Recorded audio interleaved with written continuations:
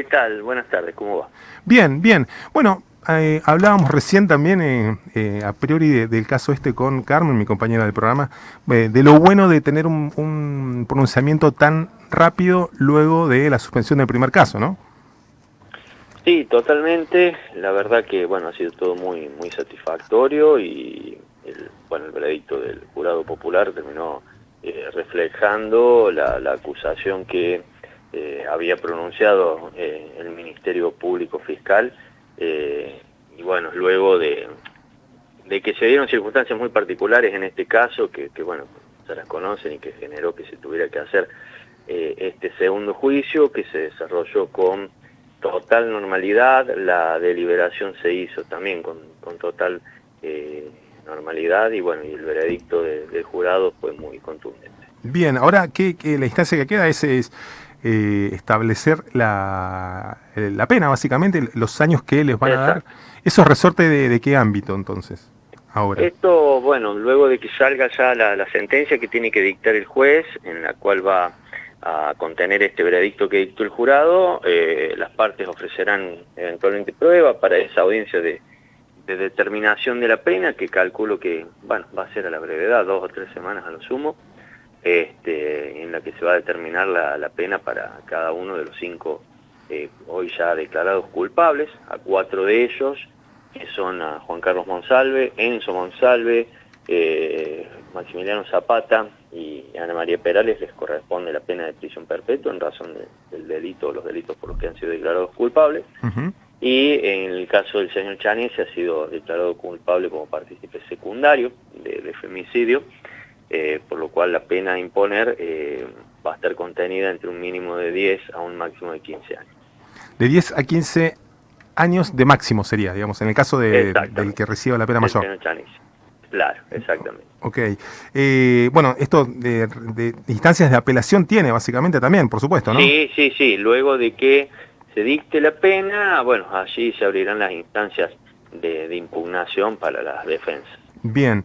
¿Se sumaron algunos elementos nuevos en este segundo, digamos, es un segundo juicio, básicamente? ¿Se sumaron nuevas pruebas? Claro, no, en este juicio se trabajó con los mismos testigos, los mismos peritos que habían declarado ya en el primer juicio.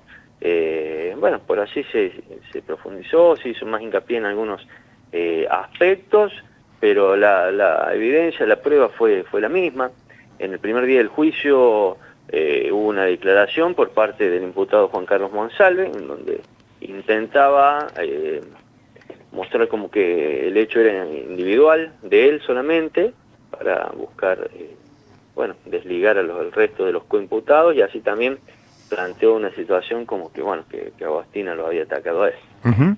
Indudablemente fue toda primero una declaración distinta a la que había dado ya en el juicio anterior, y además, bueno, a nuestro juicio, plagada de mentiras, de falacias, y que, bueno, esto fue contrastado con la prueba que se fue realizando durante el juicio y se fue demostrando una a una todas las inconsistencias que tenían ese relato, y bueno, así lo entendió también el jurado, y también que las estrategias de las otras defensas por allí se basaban en esta declaración mentirosa por parte de González. Ujú. 11, fue por mayoría, ¿no? No sé si todos votaron lo mismo, eran 10 votos de 11, No, ¿es así? no, en el caso de los 3 declarados coautores, Ujú. los que son los autores materiales de la muerte, que fueron Juan Carlos Monsalve, Enzo Monsalve y Maximiliano Zapata, fue por unanimidad Ah, bien. como coautores del homicidio triplemente calificado por alevosía, concurso premeditado de 2 o más personas y femicidio.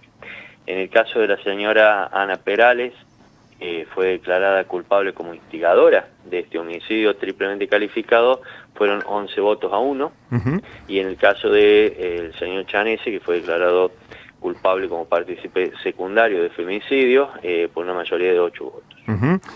Ana Perales, pareja de Juan Carlos, de Juan Carlos Monsalve. De Juan Carlos Monsalve, ¿verdad? Que de acuerdo a, como dicen ustedes en la jerga judicial, la teoría del caso era que ella había instigado, le había pedido que dañara a Agostina, producto, bueno, del acceso a esas fotos que ella había tenido, ¿no? Exactamente, sí, tal cual. Eso es la teoría que nosotros esgrimimos. A ver, que todo esto se funda no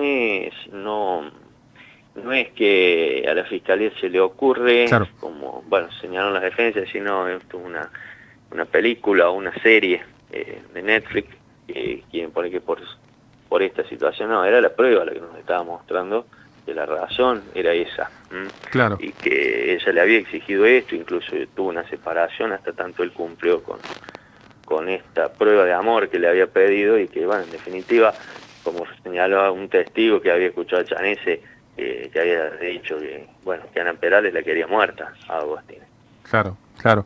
Y estaba tratando de rememorar algún caso en el que los audios o los datos que se habían recabado y fueran tan... no sé, a veces se nos gastan un poco las palabras, los adjetivos, al margen de lo determinantes que parecían ser y que finalmente termina comprobándose en el juicio, lo aberrante que eran también, ¿no? Asistir con audios a cómo se planifica un crimen, a esa frialdad tan terrible de ponerse de acuerdo, en ver en las decisiones que estaban tomando y los efectos que eso podría tener, digamos, era muy terrible asistir a eso. No sé si es tan habitual en las investigaciones judiciales acceder a información de ese tipo, sospecho que sí, y que quizás lo que tuvo también un impacto muy importante es que eso estuviera trascendiendo en medios de comunicación, o que pudiéramos tener un tenor muy claro y muy determinante de lo que había ocurrido, ¿no? Sí, si bien en muchas investigaciones uno logra obtener, por intermedio de intervenciones telefónicas, llamados, diálogos que dan cuenta de distintas etapas o de cómo se asume la responsabilidad por un hecho delictivo. En este caso en particular, no solo que había audios previos al hecho, sino que con posterioridad en el marco de la investigación se contó también con la escucha de llamadas, en donde, por ejemplo, la señora Perales hablaba de que, bueno, de que sí, que esto era parte de lo que habían planificado, de que, bueno, de lo que ella le había pedido a Monsalve, y de estar preocupada por otras cuestiones más como económicas, y no por el hecho de que se le haya dado muerte a una persona. Entonces, la verdad sí es impactante escuchar eso, y si bien normalmente en muchas investigaciones criminales se consiguen la interceptación de llamados o audios que dan cuenta de alguna faceta del hecho, la verdad que en este caso eran muy elocuentes y, bueno, eran realmente muy fuerte escucharlos. Claro, claro. Bueno, Agustín, le agradecemos muchísimo estos minutos, tener la posibilidad de hablar con ese nivel de detalles y, saber un poco cómo sigue la marcha del caso hasta la condena definitiva, al establecimiento de la pena, mejor dicho. Así que muchísimas gracias por este contacto, que tengan muy buena tarde. No, por favor, muchas gracias a ustedes y que tengan buenas tardes. Muchas gracias.